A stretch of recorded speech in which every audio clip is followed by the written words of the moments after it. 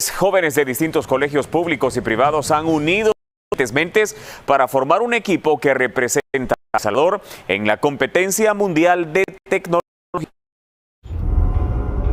Son un grupo de jóvenes talento que demuestran sus habilidades en torno a la resolución de problemas con temáticas como diseño 3D, programación, robótica y uso de simuladores virtuales, además de videojuegos educativos, que participan en la competencia mundial de robótica.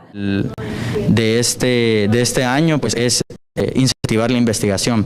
Se les propone un robot en el cual ellos van a capturar diferentes magnitudes físicas para poder encontrar soluciones a diferentes problemáticas que nosotros tenemos, como lo es el calentamiento global, la emisión de gases de efecto invernadero. Los miembros del Team El Salvador pertenecen a escuelas públicas y privadas.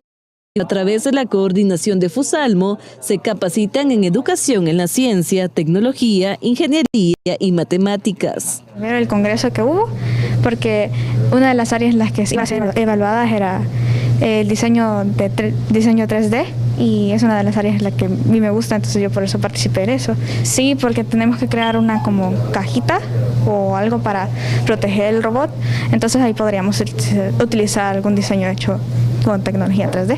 Son alrededor de 4 meses que dura el desafío, donde las expectativas son grandes, porque forman parte del camino que piensan forjar como futuros profesionales. El área que más me gusta sería la programación por medio de páginas web, y el área que me hizo ingresar en el programa fue en la área de competencias de un quiz, en el cual quedé como ganador. Yo soy de San Miguel básicamente, y he venido hasta aquí solo para estar en las clases presenciales, porque quiero participar en este evento, quiero superarme y dar más de mí.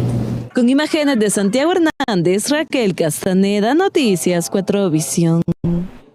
Bueno, el mayor de los éxitos desde ya y muchas felicitaciones por representar a nuestro país.